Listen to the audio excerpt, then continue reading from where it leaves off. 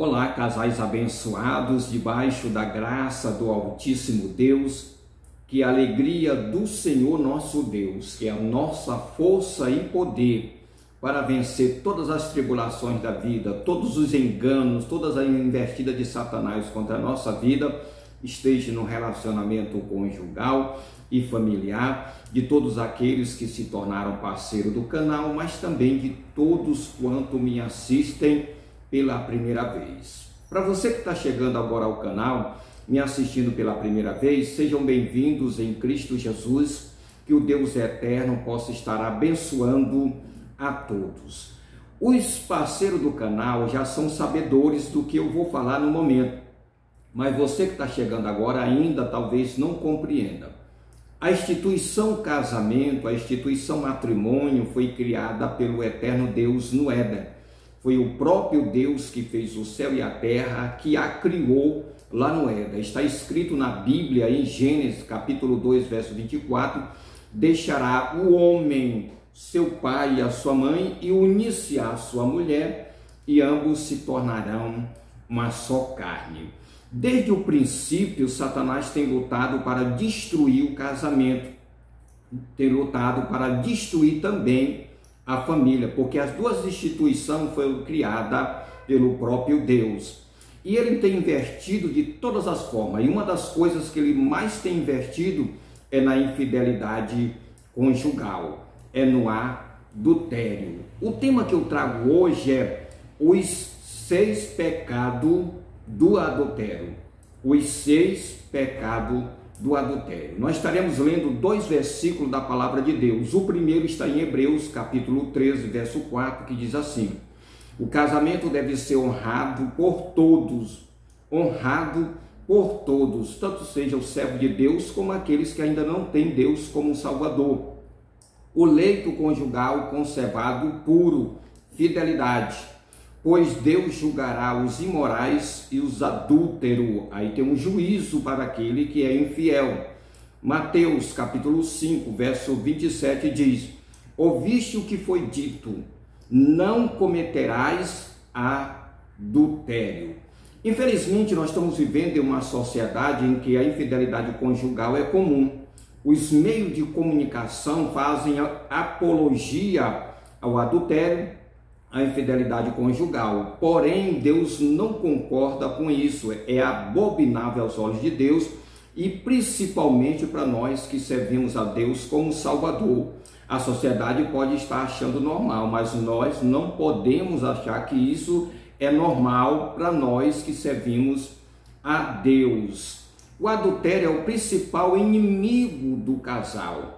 Ele engana os olhos, porque vem pela concupiscência dos olhos, destrói os lares e ainda te faz acreditar que com a pessoa que você deitou, seja o homem que deitou com a mulher ou a mulher que deitou com o homem, é a pessoa mais linda do mundo, é a pessoa mais importante do mundo, muito mais importante do que o seu próprio cônjuge. A palavra adultério, o que significa, para que a gente possa falar sobre esse assunto verdadeiramente? A palavra adultério, ela vem do latim adulterion, que significa dormir em cama alheia. É uma relação sexual entre uma pessoa casada com a outra que não é o seu cônjuge. Tal ato é um pecado gravíssimo diante da presença do Senhor. No adultério estão envolvidos 6 violências, e é sobre isso que nós iremos falar. 6 violências ou 6 pecados, ou seja, 6 violações ou 6 pecados. Nós iremos falar do primeiro. O primeiro pecado, ele é contra o próprio Deus. Quando eu e você cometemos o adultério, a infidelidade conjugal, nós estamos cometendo um pecado contra o próprio Deus. O matrimônio é uma união sagrada, no sentido em que é uma instituição ordenada por Deus desde o princípio.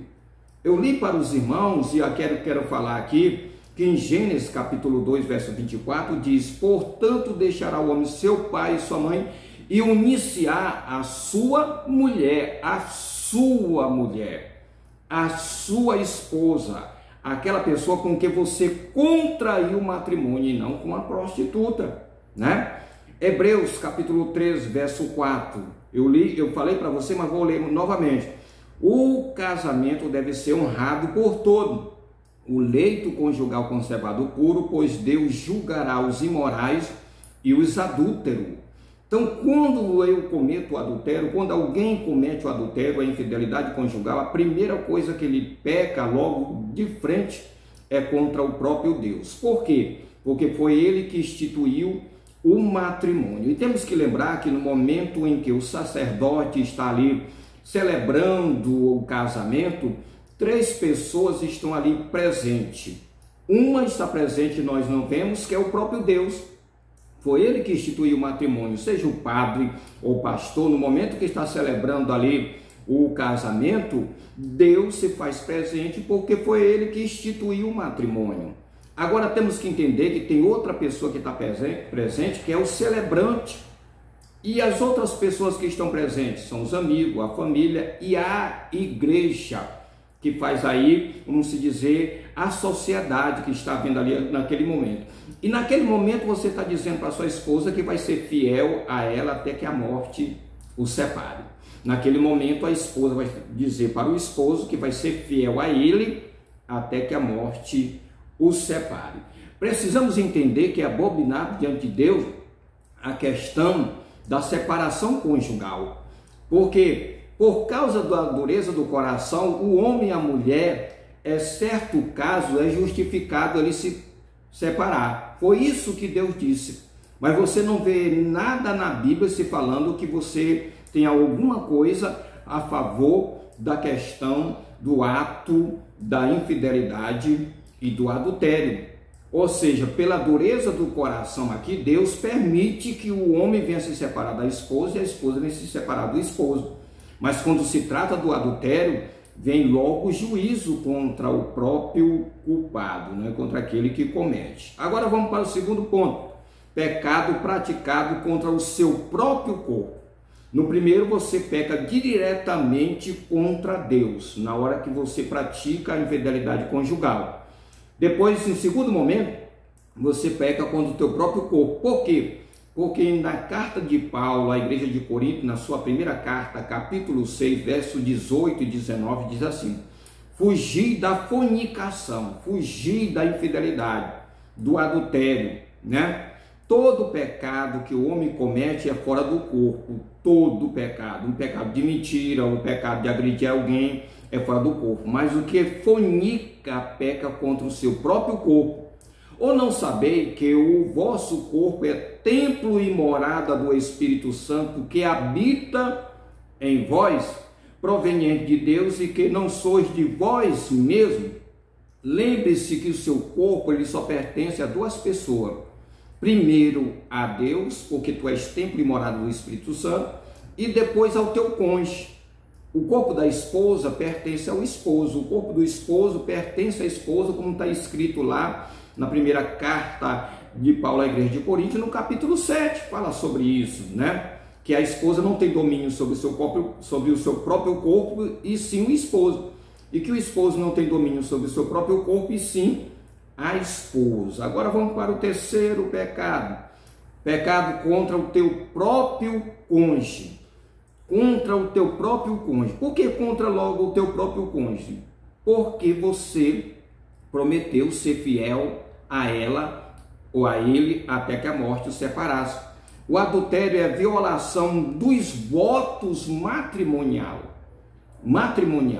Você fez um voto à sua esposa, você prometeu, e aqui você também tem a aliança, simbolicamente, que simboliza naquele momento você colocando a aliança no dedo da pessoa com quem você prometeu ser fiel a ela até que a morte o separe.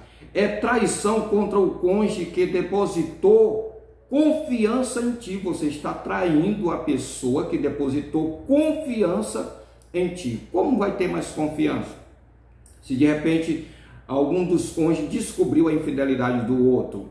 Por isso que está escrito em Gênesis, né? Que o homem vai se unir à sua esposa, a ela, vai dedicar sua vida a ela em toda a área, e principalmente na área da fidelidade. O pecado se apegará à tua consciência, ou à consciência da esposa, do esposo que traiu, destruirá toda a intimidade que é caracterizada, importante entre duas pessoas que se amam. Duas pessoas que se amam, quando vem a infidelidade conjugal, isso é quebrado, esse laço do amor é quebrado. Teus olhos se desviará dos olhos do teu cônjuge, porque a tua intimidade com ele ou com ela foi destruída. No momento que tu vai falar com ela, tu não consegue olhar nos olhos dela. Por quê? Porque você está traindo ela. No momento em que você vai conversar com seu esposo, às vezes você não consegue encarar, olhar nos olhos dele sem baixar a vista, porque você está traindo ele. Agora vamos para o quarto ponto. Pecaste contra o teu próprio filho. E aqui é mais agravante, porque você pecou contra os filhos. Por quê? Quando é descoberto ou exposto à luz o resultado na destruição do equilíbrio da família. Quando é descoberto que o homem ou a mulher foi infiel, o resultado vem na destruição da família. Vem mexer com a família na questão da confiança dos filhos com os pais. Se foi a mãe que traiu o marido, né, aquele filho vai ficar a favor do pai. Se for o pai que traiu a esposa, aquela filha vai ficar a favor de quem? Da mãe. Aí vai ter uma guerra dentro do próprio lar, e os filhos que tinham exemplo dentro do lar já não terão mais. Magoaste aqueles para quem era um modelo moral, mesmo para outras famílias e amigos. Você magoou. Nós podemos magoar aquele que nós éramos modelo moral, principalmente para os filhos, porque nós somos os educadores dos nossos filhos, não somente com palavra, mas principalmente com exemplo. Então aquele pai que fez isso, o filho já não olha ele dessa forma, já vai ficar do lado da mãe, porque viu que a mãe foi traída. De outra forma vai acontecer, se a mãe foi traída, já o filho não quer ficar do lado do pai, de forma que vai se tornar uma guerra, gladiadores dentro do próprio lar. Por quê? Por causa de um momento de fragilidade, por causa de um momento de prazer que durou poucos minutos, porque o gozo é questão de milésimo de segundo, ou questão de hora no envolvimento ali do ato na infidelidade conjugal. Agora vamos para o outro ponto. Quinto, pecaste contra o cônjuge com quem adulterou. Você pecou também contra o cônjuge com quem você adulterou. O adúltero engana também o outro ou a outra. Em muitos casos acontecem na questão de amigo de trabalho, ou no membro da própria família, ou com colegas que você tem. Então é o cuidado que nós precisamos ter como servo de Deus. O adúltero torna-se um terrível obstáculo em um embaraço silencioso na sua personalidade, que destrói intimidades de longos anos. Ou seja, muitas das vezes acontece no ciclo da amizade, e a amizade de muitos tempos são destruídas por consequência da infidelidade daquele que cometeu para com o outro. Agora nós iremos para o último ponto, que é o sexto. Pecaste contra o seu próprio cônjuge. Embora a mulher ou o homem seja parte do pecado, foi a tua iniciativa que provocou o pecado. Você precisa ter muito cuidado, se não foi você que teve a iniciativa de pecar. E isso acontece muitas das vezes, por quê? Porque às vezes nós não estamos desapercebidos naquilo que está acontecendo. No princípio de uma relação adúltera, existe a oportunidade de se escapar a série de consequências desastrosas que irá provocar em consequência. Lembrando de uma coisa, que nada acontece da noite para o dia, vem pelo olhar, como eu falei antes no início. Você olha, você avisou, ou você vê por uma palavra e de repente você está engoldado pelaquela situação. Mas antes de acontecer o ato propriamente dito, você teve a oportunidade de dizer não para aquilo. Então, a falta de discernimento neste instante fatal leva ao pecado de adultério e arrasta contigo outro ser humano. Que o Deus eterno tenha misericórdia de nós.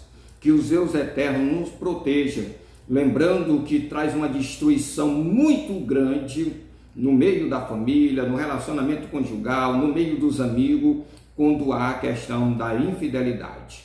Que Deus nos proteja. Até o próximo encontro, se assim Deus nos permitir.